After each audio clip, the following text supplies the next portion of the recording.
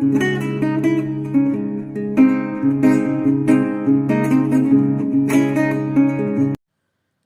साथियों, स्वागत करते हैं आपके अपने YouTube चैनल में। तो आज मुख्य विषय लेकर आए हैं वाक्य की परिभाषा, तत्व, अंग और वाक्य वेद के बारे में बताने वाले हैं। तो चलिए शुरू करते हैं। वाक्य शब्दों का वह व्यवस्थित रूप जिसमें एक पूर्ण अर्थ की प्रतीति होती है, वाक्य कहलाता है। आचार्य विश्वनाथ ने अपने साहित्य दर्पण ग्रंथ में लिखा एक श्लोक क्या है? वाक्यम स्यात् योग्यता आकांक्षा शक्ति युक्ते पदोच्चय। कहते हैं कि योग्यता, आकांक्षा, आसक्ति से युक्त पद समूह को वाक्य कहा जा सकता है। ओके, तो वो 3 तत्व स्वीकार करते हैं वाक्य का। वैसे मुख्यतः 6 तत्व स्वीकार किए जा सकते हैं वाक्य के।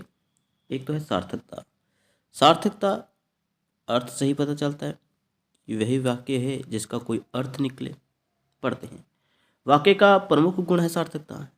इसके लिए आवश्यक है कि वाक्य में सार्थक शब्दों का ही प्रयोग हो, तभी वाक्य भावार्थी के लिए सक्षम होगा। जैसे राम रोटी पीता है, ये सार्थक वाक्य तो ही हुआ। जहाँ रोटी पीना सार्थकता का बोध नहीं कराता, क्योंकि रोटी खाई जाती है, सार्थकता की दृष्टि से यह वाक्य अशुद्ध माना जाएगा। सार्थकता की दृष्टि से सही वाक्य होगा राम रोटी खाता है। उसी अनुसार साथी दूसरा तत्व जो हम स्वीकार कर सकते हैं वो है क्रम। क्रम यानी पद क्रम। सार्थक शब्द जब वाक्य में प्रयोग होते हैं तो उसको हम पद क्रम कह सकते हैं। पढ़ते हैं। सार्थक शब्दों का भाषा के नियमों के अनुरूप क्रम में रखना चाहिए। सार्थक शब्दों को भाषा के नियमों के अनुरूप क्रम में रखना चाहिए। वाक्य में शब्दों के अनुकूल क्रम के अभाव में अर्थ का अनर्थ हो जाता है। जैसे ये देखिए साथी, नाव में पानी, नाव में नदी है। माफ करिए, ये उदाहरण थी, नाव में नदी है, लेकिन ये तो पदक्रम गलत हो गया। नाव में नदी थोड़ी होती है। इस वाक्य में सभी शब्द सार्थक हैं, फिर भी क्रम का अभाव है। ठीक है, क्रम के अभाव में वाक्य गलत है। सही क्रम करने पर क्या होगा? नदी में नाव है तो वाक्य बन जाता है, तो शुद्ध हो जाएगा। तो इसके लिए पद क्रम का होना भी बहुत ज़्यादा अनिवार्य है। अभी उदाहरण दी, नाव में नदी है, ये तो गलत पद क्रम हो गया ना, तो इसलिए पद क्रम एक महत्वपूर्ण तत्व स्वीकार किया जाता है। आगे चलेंगे साथियों। अगला प्रश्न है योग्यता। अगला प्रश्न नहीं, अगला तत्व है योग्यता, जो मैं सभी बता रहा हूँ। सार्थकता को पढ़ लिया, पद क्रम को पढ़ लिया, वे योग्यता पर आ गए। वाक्य में सार्थक शब्दों के भाषानुकूल क्रमबद्ध होने के साथ साथ उसमें योग्यता अनिवार्य तत्व है। प्रसंग के अनुकूल वाक्य में भावों का बोध कराने वाली योग्यता या क्षमता होनी चाहिए। इसके अभाव में वाक्य अशुद्ध हो जाता है। जैसे हिरन उड़ता है, ये कौन सा वाक्य हो गया भाई? हिरन में उड़ने की योग्यता है क्या? तो इसलिए भाषानुकूल क्रमबद्ध होने के साथ साथ उसमें योग्यता अनिवार्य तत्व है। वाक्य में भावों का बोध कराने वाली योग्यता या क्षमता होनी चाहिए। अभी ये तो वाक्य गलत हो गया, हिरन उड़ता है, इसमें योग्यता ही नहीं है। ठीक है, कर्ता यहाँ पर हिरन है और इसमें योग्यता थोड़ी है, तो ये थोड़ा सा गलत है, पूरा वाक्य गलत है। यहाँ पर हिरन और उड़ने के परस्पर योग्यता ही नहीं है, अतः यह वाक्य अशुद्ध है। यहाँ पर उड़ता के स्थान पर चलता या दौड़ता लिखे तो वाक्य शुद्ध हो जाएगा। हिरन दौड़ता है, हिरन चलता है। ठीक है, आगे चलेंगे साथियों। अगला हमारा जो तत्व है उसको स्वीकार करेंगे आकांक्षा। आकांक्षा, आकांक्षा का अर्थ है श्रोता की जिज्ञासा। ये भी एक महत्वपूर्ण तत्व माना गया और ये तो विश्वनाथ ने अपने ग्रंथ साहित्य दर्पण में भी स्वीकार किया है। ओके, तो क्या है? श्रोता की जिज्ञासा, यानी जो वाक्य सुन रहा है उसकी जिज्ञासा भी एक महत्वपूर्ण तत्व है वाक्य के लिए। वाक्य भाव की दृष्टि से इतना पूर्ण होना चाहिए कि भाव को समझने के लिए कुछ जानने की इच्छा या आवश्यकता ना रहे। भाव को समझने के लिए कुछ जानने की इच्छा या आवश्यकता ही ना रहे, इतना तो भाव की दृष्टि से पूर्ण होना ही चाहिए। दूसरे शब्दों में ऐसे शब्द या समूह की कमी ना हो जिसके बिना अर्थ स्पष्ट ना हो, यही कहा जा रहा है आकांक्षा। श्रोता की जिज्ञासा जिसका अर्थ है, उदाहरण के लिए कोई व्यक्ति हमारे सामने आए और हम केवल उससे तुम कहें तो वह कुछ भी नहीं समझ पाएगा। यदि कहें कि अमुक कार्य यानी खास कार्य करो तो वह पूरी बात समझ आएगा। ठीक है, इस प्रकार वाक्य में आकांक्षा तत्व अनिवार्य रहता है। आगे साथियों, आसक्ति। आसक्ति का अर्थ होता है समीपता। क्या होता है इसका अर्थ? समीपता। एक पद सुनने के बाद उच्चारित अन्य पदों को सुनने के समय में संबंध आसक्ति कहलाता है। क्या है? एक पद सुनने के बाद उच्चारित अन्य पदों को सुनने के समय में संबंध आसक्ति कहलाता है। एक आपने वाक्य सुन लिया, उसमें पदों का प्रयोग है, वाक्य सुन लिया, वाक्यांश है वो, उसके बाद के जो आने वाले वाक्य हैं वो भी उसी टॉपिक से संबंधित होने चाहिए। ये ना हो कि आप बात स्कूल जाने की कर रहे हो, आपने फिर बाद में कोई और ही टॉपिक छेड़ दिए। तो मतलब समीपता होनी चाहिए वाक्यों में। यदि उपरोक्त सभी बातों की दृष्टि से वाक्य सही हो लेकिन किसी वाक्य का एक शब्द आज, एक कल और एक परसों कहा जाए तो उसे वाक्य नहीं कहा जाएगा। अतः वाक्य के शब्दों के उच्चारण में समीपता होनी चाहिए। दूसरे शब्दों में पूरे वाक्य को एक साथ कहा जाना चाहिए। ओके, तो वाक्य में समीपता जरूर होनी चाहिए। एक वाक्य आपने बोल दिया, उसके बाद वाले आश्रित वाक्य हो, चाहे एक नया वाक्य हो, तो वो भी उसी टॉपिक से संबंधित हो, जो समीप हो। ये नहीं हो कि आप बात जो है पढ़ने की कर रहे हैं और पढ़ते पढ़ते आप कुछ अलग ही टॉपिक लेकर बैठ गए हैं भाई। ठीक है, तो वो जो है यहाँ पर कहा जा रहा है। आगे साथियों, अगला जो तत्व है जो सबसे महत्वपूर्ण है, ये तो भैया पूछा भी गया था मास्टर कैडर में कि अन्वय क्या होता है। ये भी वाक्य का तत्व है। ठीक है, तो 6 मुख्य माने जाते हैं, लेकिन विश्वनाथ ने अपने ग्रंथ साहित्य दर्पण में 3 ही स्वीकार किए, मैं आपको बता चुका हूँ। लेकिन अन्वय, इसको मैं सबसे महत्वपूर्ण मानता हूँ। वैसे सभी महत्वपूर्ण है, सार्थकता, योग्यता, आकांक्षा, ठीक है, सभी महत्वपूर्ण है, लेकिन ये तो भैया अलग ही है। कुछ पढ़ते हैं। अन्वय का अर्थ, अन्वय का अर्थ क्या है वो भी देख लीजिए साथियों। पहला ही प्रश्न था जो CSET मास्टर कैडर में, क्या है अन्वय? क्या है? पदों में व्याकरण की दृष्टि से लिंग, पुरुष, वचन, कारक आदि का सामंजस्य होना चाहिए। क्या कहा जा रहा है कि पदों में, ठीक है, पद क्या है? शब्द। जो शब्द वाक्य में प्रयोग होते हैं उसको पद कहते हैं। तो पदों में व्याकरण की दृष्टि से लिंग, पुरुष, वचन, कारक आदि का सामंजस्य होना चाहिए।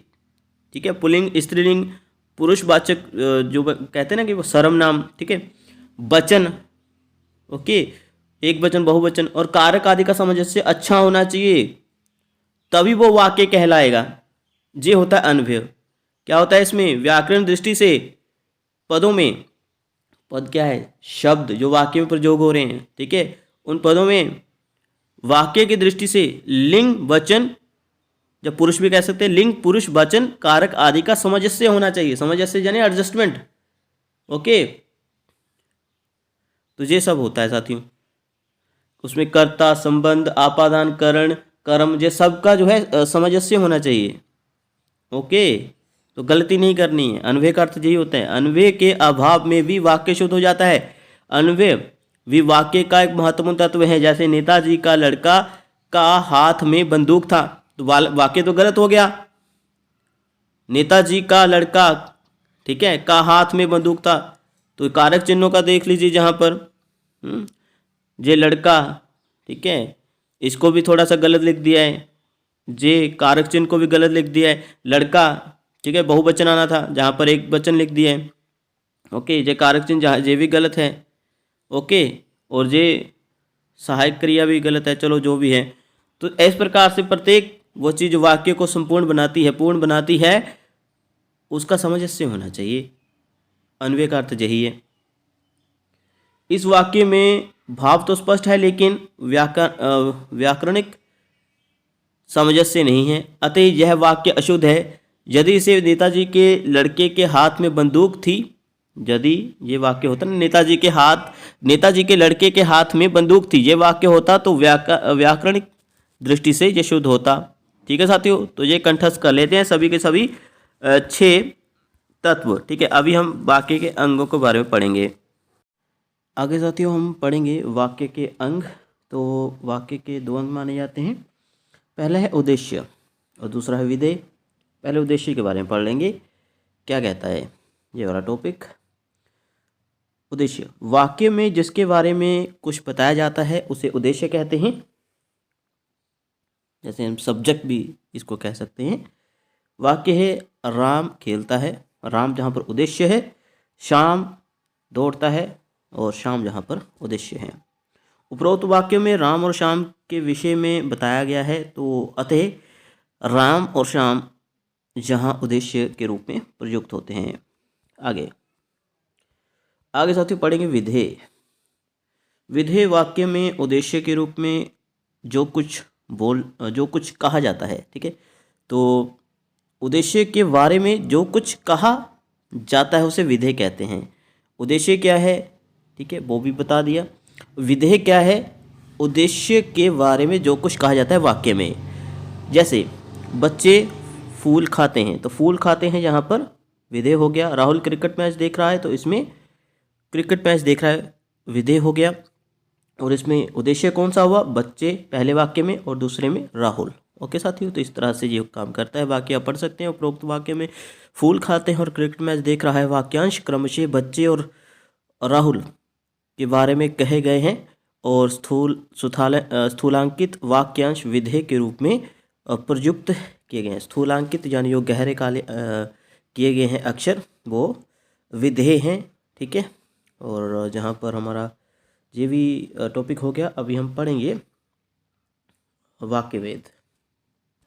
तो साथियों अभी वाक्यभेद दो होते हैं, अर्थ के आधार पर वाक्यभेद और रचना के आधार पर वाक्यभेद। और परिभाषा हम पहले करवा चुके हैं, या एक विशेष अध्ययन जिससे वाक्य को समझा जा सकता है, तो वो ऊपर दिया गया है। जैसे कि हम पहले बता चुके हैं वाक्य के बारे में वीडियो में।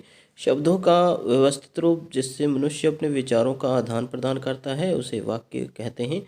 एक सामान्य वाक्य के क्रमशः कर्ता, कर्म और क्रिया भाग होते हैं।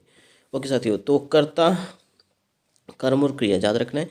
लेकिन अर्थ के आधार पर वाक्यभेद और रचना के आधार पर वाक्यभेद होते हैं साथियों, जो हम बहुत बार करवा चुके हैं। और फिर भी चलो ये वीडियो में थोड़ा बता ही देते हैं। अर्थ के आधार पर वाक्यभेद ये देख लीजिए साथियों। विधानवाचक, निषेधवाचक। निषेध मतलब जिसमें नकारात्मक वाक्य हो, जैसे मैं खाना नहीं खा सकता, तो इस तरह से ये निषेध वाक्य हो गया। तो विधानवाचक जिसे हम इंग्लिश में इफ अफर्मेटिव कहते हैं, ठीक है। और विधानवाचक को हम सरल भी कह सकते हैं, ठीक है। जैसे मैं स्कूल जा रहा हूँ, ये विधानवाचक हो गया। प्रश्नवाचक, क्या मैं काम कर सकता हूँ। विस्मयवाचक, हाँ अरे वह तो पास हो गया, इस तरह से जब कोई वाक्य आ जाए। आज्ञावाचक, तुम स्कूल जाओ, इस तरह से जब मैं आज्ञा कर रहा हूँ, ठीक है। ऑर्डर। इच्छावाचक, इच्छावाचक में ही है वो शायद वो पास हो जाए, ठीक है। इस तरह की इच्छा जब की जाए। संकेतवाचक, यह भी बहुत आसान है साथियों। और संदेहवाचक, ठीक है। तो ये भी आप समझ जाइएगा, संकेत और संदेह जहाँ पर हो रहा हो। तो साथियों इसके अलावा जो रचना के आधार पर वाक्यभेद हैं वो भी आपको पता ही है, फिर भी थोड़ा सा। रचना के आधार पर सरल, ठीक है, संयुक्त और मिश्रित, ये तीन भेद होते हैं। तो वीडियो में इतना ही साथियों। और जो भी जानकारी दिए हैं, चाहे वो हम उपवाक्य के बारे में दिए हैं, ओके। उपवाक्य मैंने अपने दूसरे चैनल हिंदी शिक्षा पर समझा दिया है कि कैसे उसकी पहचान करनी है, कल बाकायदा लाइव वीडियो समझाया था और 50 प्रश्न लाए थे साथ में। तो वो वीडियो ज़रूर देख लीजिएगा, ठीक है। लिंक उसका कम्युनिटी में दिया है, डिस्क्रिप्शन में दिया है। ओके साथियों, धन्यवाद साथियों वीडियो पूरा देखने के लिए। मिलते हैं अगली वीडियो में, सुरक्षित रहें।